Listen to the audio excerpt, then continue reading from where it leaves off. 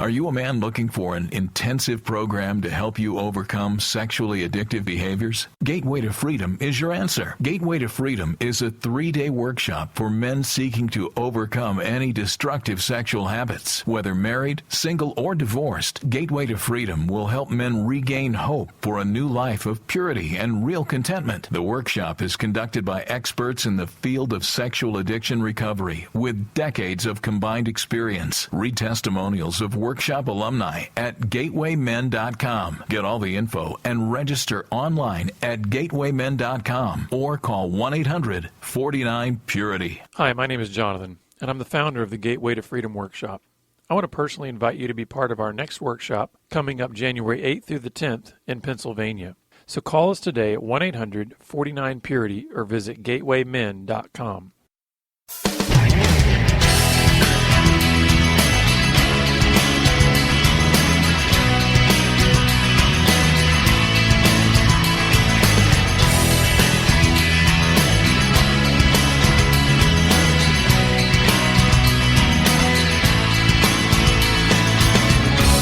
Welcome to Pure Sex Radio, training men, educating women. Are you ready to get real and start living each day in purity? This dynamic program is designed to educate, encourage, and equip listeners with the tools necessary for living a life of sexual purity. Pure Sex Radio brings you the best in mobile talk radio. Listen to real-life struggles, learn how to overcome lust, pornography, and sex addiction, and get serious about purity. Your hosts for Pure Sex Radio are Jonathan Doherty and Stephen Cervantes. Jonathan is the director of Be Broken Ministries and founder of the Gateway to Freedom Workshop for Men. Stephen is the founder of the Hope Counseling Center. Visit us online at puresexradio.com. And now, please welcome Jonathan and Stephen on Pure Sex Radio.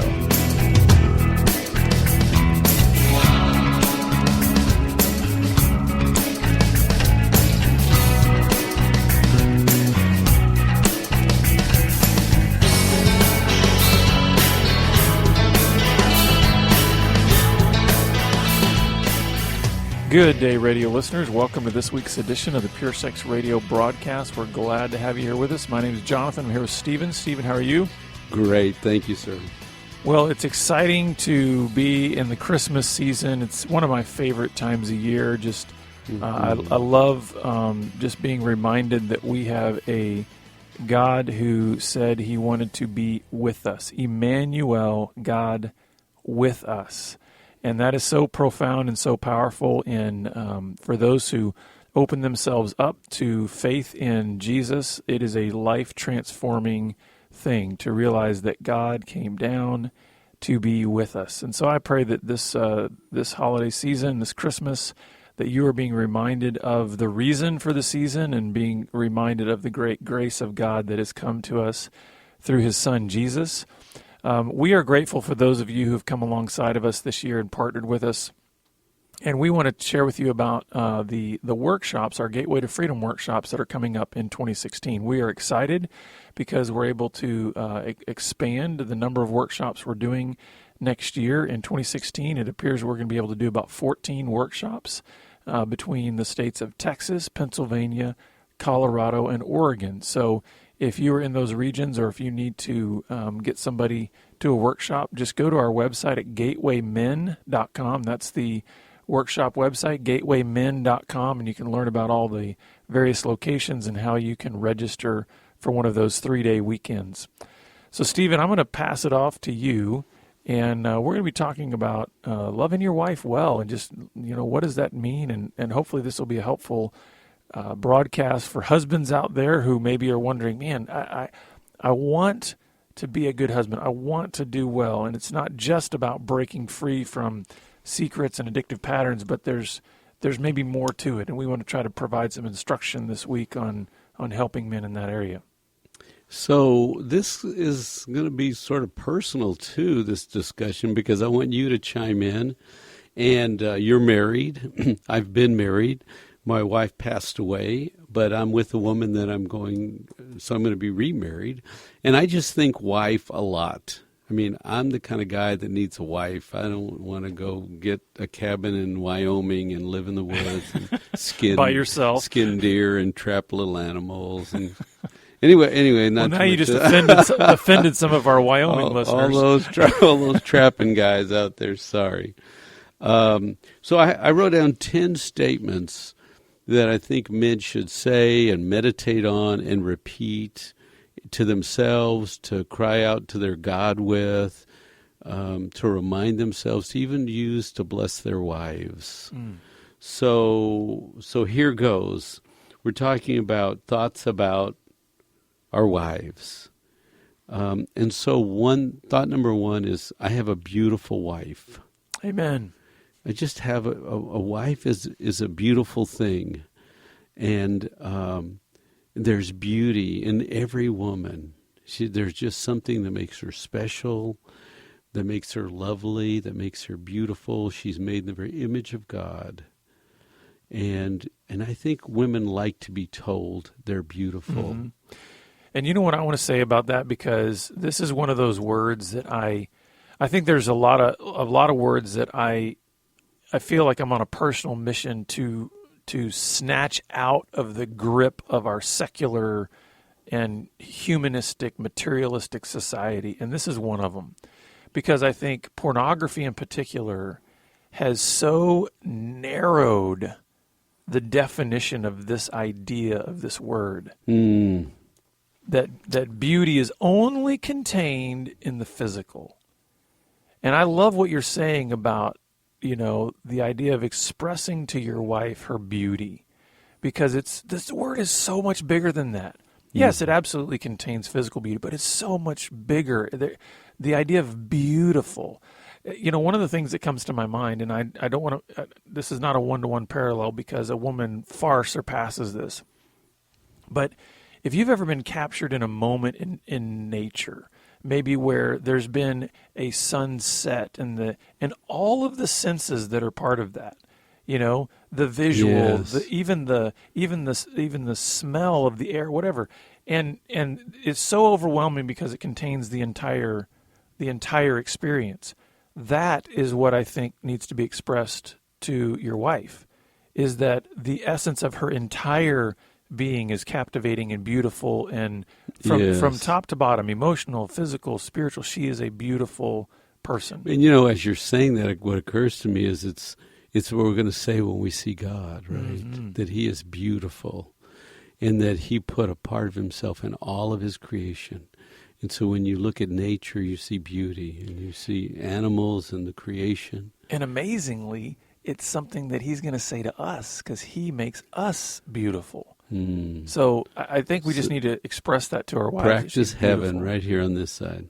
So I have two other thoughts. One is, I've decided to save that word for my wife. Only my wife is beautiful. So any other female can be pretty. Yeah, she's pretty. But I saved this title for my wife. That's good. And I want to say it to my wife. I'm going to try to say it to her every day.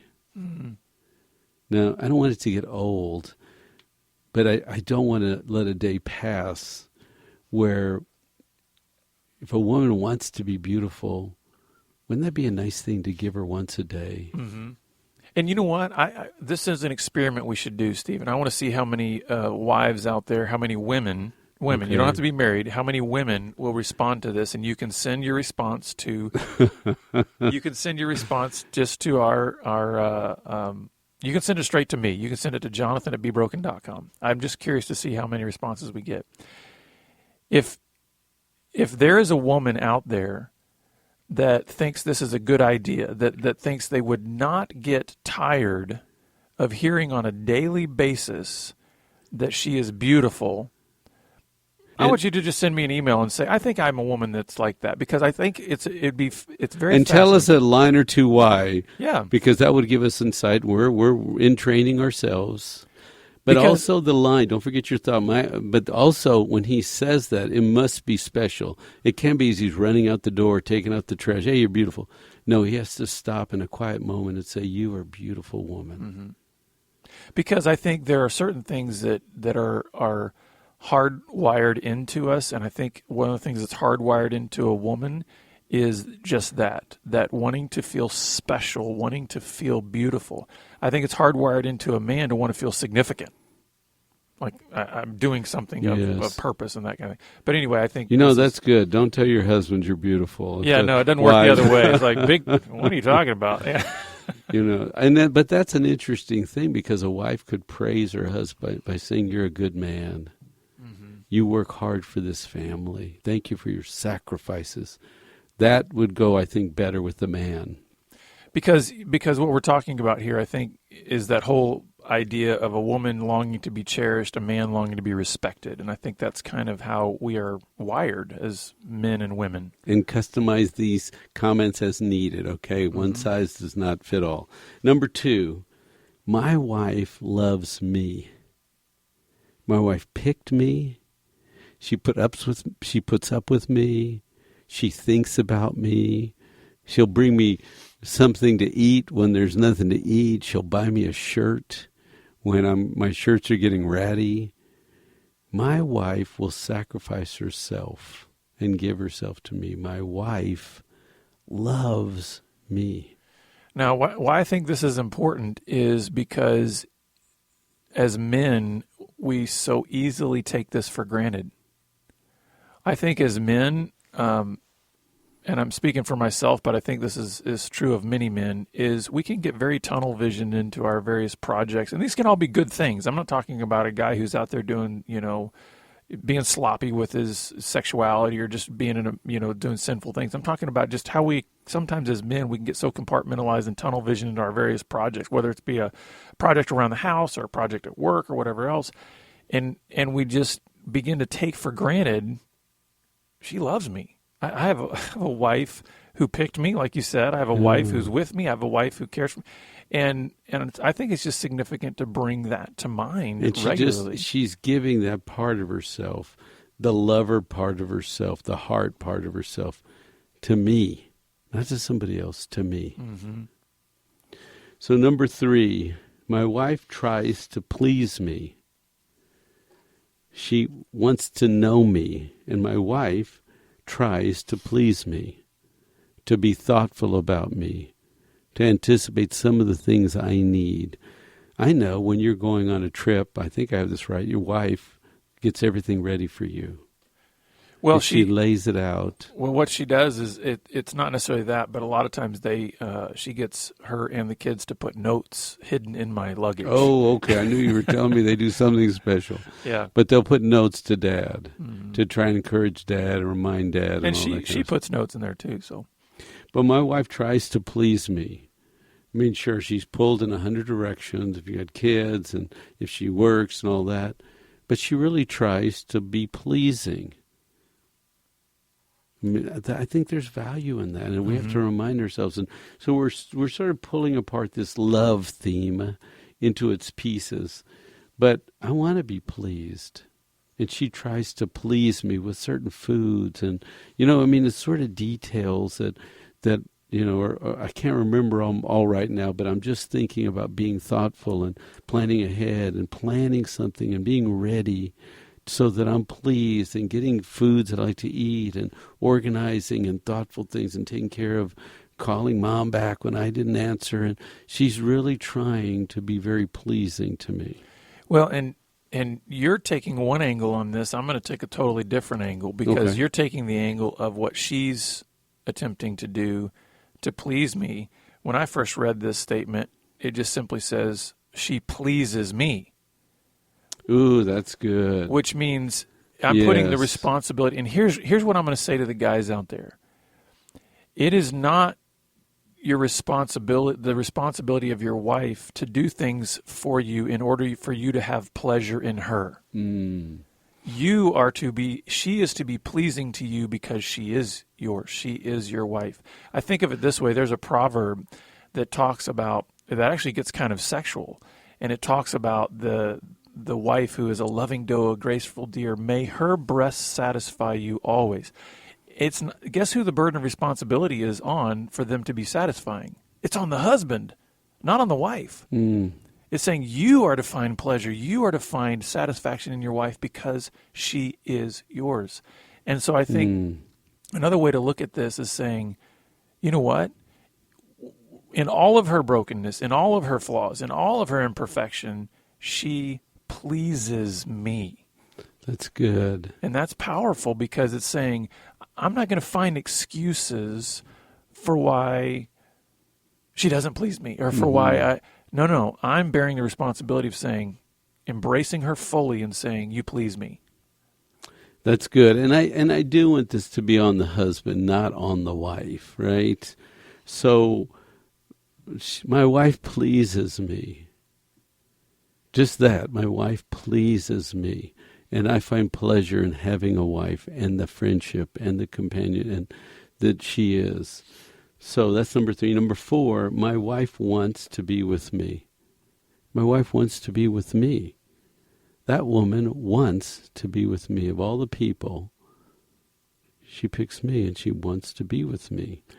And you know what? Even in our ministry, even with all of the pain that so many couples go through, I am so amazed at so many wives who continue to express their longing for their husband.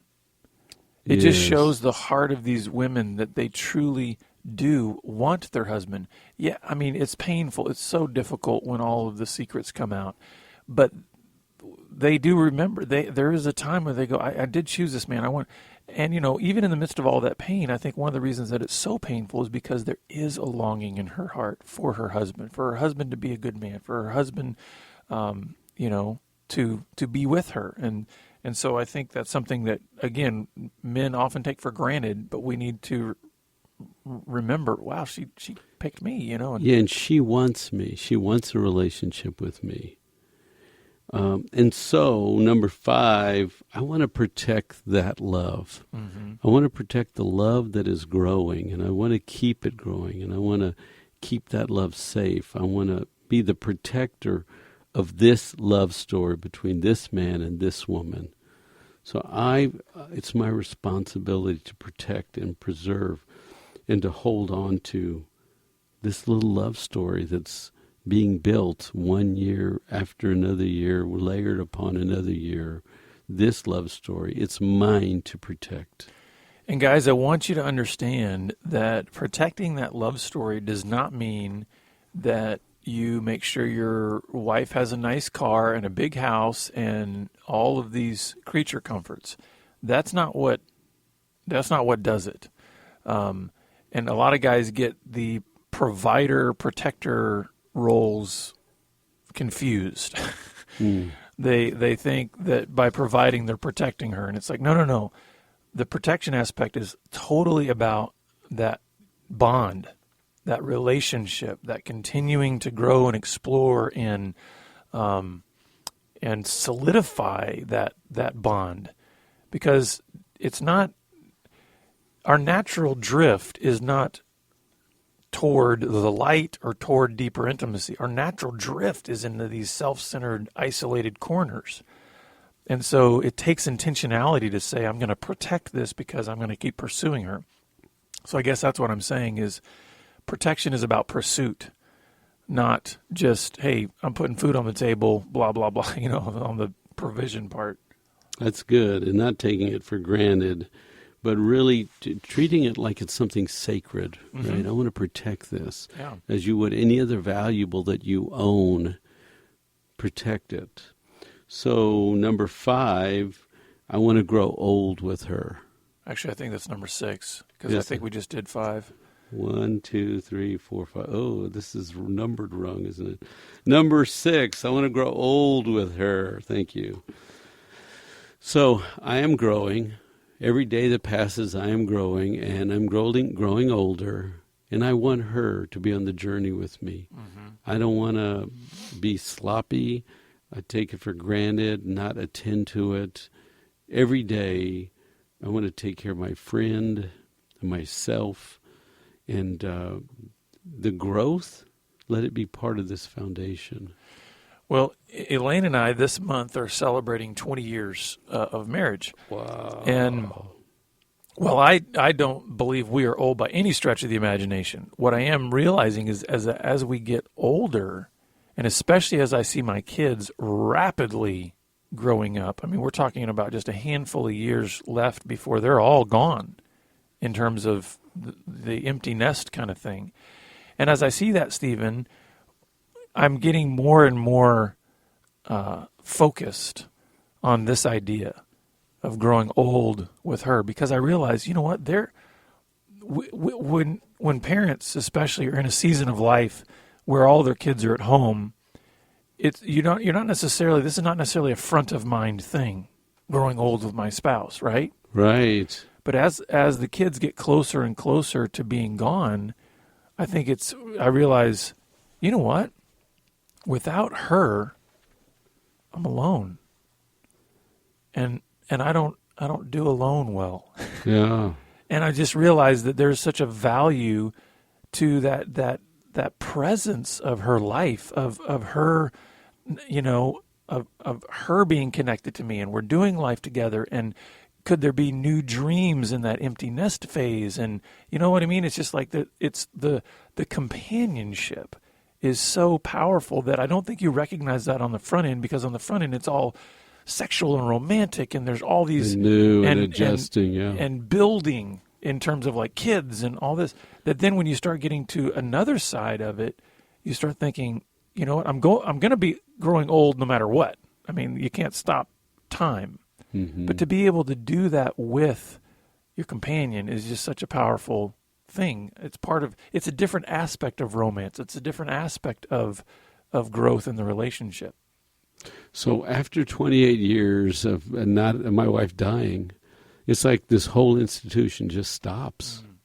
What you're talking about, growing with someone, building one day upon another day, and then one day the program ends and everything you built, it's gone. Mm. When that person leaves, it's gone. That institution is gone. So you go back again. And it's very powerful. I really appreciate what you said. It really blessed me to be mindful of the fact that we're building something bigger than our kids, and we're building it for eternity, right? Because we're going to help each other go from here, waltz right in. We're living eternity now, waltz right into the other side. So thank you. That's a blessing. So number 7, I want to give love. I don't want to just receive it and appreciate her beauty and her desire to please me. I really want to let love flow out of my heart. I want gratitude and blessings and sacrifice and hard work and the money. I want to give that love to someone and bank it somewhere, because the kids are fleeting, right? I've got some grown ones, but your partner is there, and she's sort of a piggy bank, if you will, that you're depositing in one coin a day into your love bank and saying, I choose you. I want to give myself to you. I want to invest here with you. I give my love to you. And I'm convinced that as men, these guys out here that want to know about return on investment, ROI and all that kind of stuff, the key to this is the return on the investment is not necessarily here and now. If you're doing this, if you're giving love for the sake of a return here and now, then I don't think you understand the big concept of love.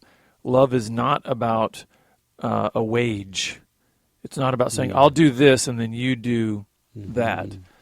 It's saying, because of the vow and the commitment that I made before God, and He is love, then I want to model what He is like to you. And as I do that, guess where the return on that investment comes? It doesn't come this side of heaven. It comes the other side of heaven. So by pouring into your wife, you are banking great reward in heaven and seeing. And also, I think when we love our wives well, they blossom, they flourish. Yes. It helps. I just think it helps their spirit. There's nothing bad that can come out of loving your wife well. And I was emphasizing giving, right? That whole part of just, are you going to half give? Are you going to quarter give? Are you going to sort of give? No, I really want to 100% give myself to this woman in this relationship. Number 8, I want to grow. I want to grow with her. I want to grow. I don't want to stay stunted. I don't want to be mature. I don't want to be selfish.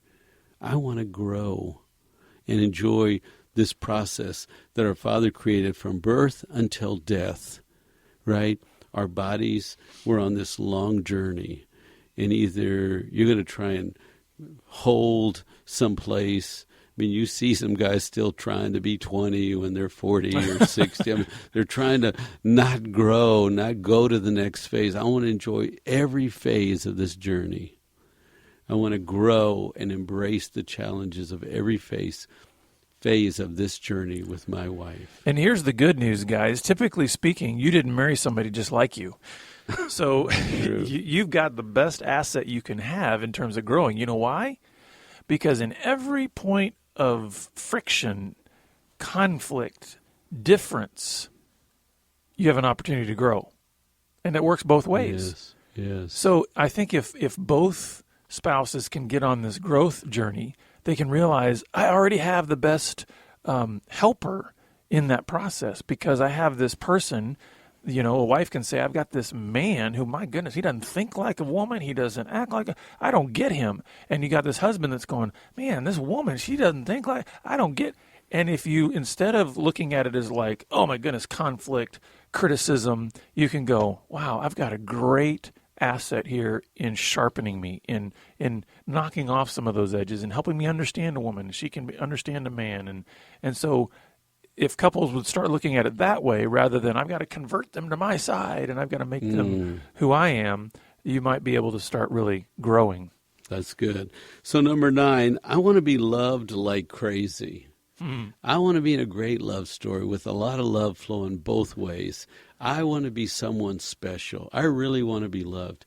And you know, underneath every attic of a man out there is a man that wants to be loved like crazy. And he thinks he has to go out there and make a fantasy to get the love that he wants. And it's like, I think wives are all the potential and all the need and all the fullness that God has for us. And so I want to be loved like crazy in this relationship. And I say that it sort of sounds selfish, but I'm expressing what I want. That she can express what she wants, but I want to be loved like crazy, loved well.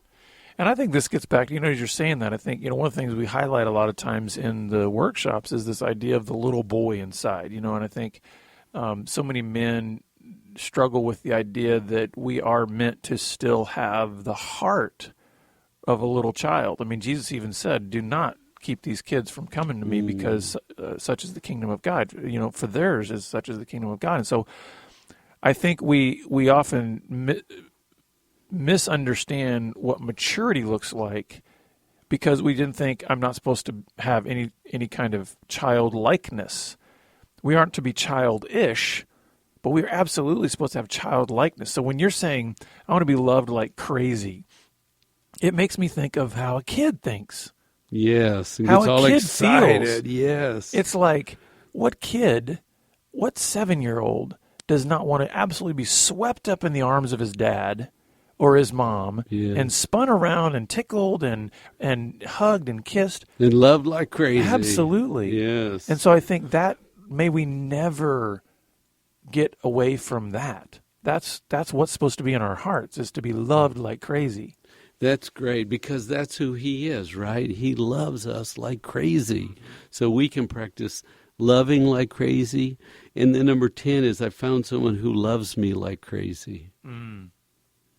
Just crazy in love with me. Isn't that a wonderful thing when you find somebody that's crazy in love with you and you want to be loved and they're crazy in love, and then you can be crazy in love back with them? Mm-hmm. There's a sacred, holy, God-like reflection. And that's just it. When we recognize that the God of the universe is the one who loves us like crazy, then I think it frees us up to love one another like crazy. So, folks, we hope this has been helpful. I know that maybe for some of you this has been painful because you're saying, this is the goal, this is what I would like, but we're not there. Well, we want to help you on your journey to be able to get to a place where you can grow more effectively in these comments we've made here. in order to do that, just contact us, and we look forward to having you back here again next week on the Pure Sex Radio broadcast. Pure Sex Radio is paid for by Be Broken Ministries. Visit us online at puresexradio.com.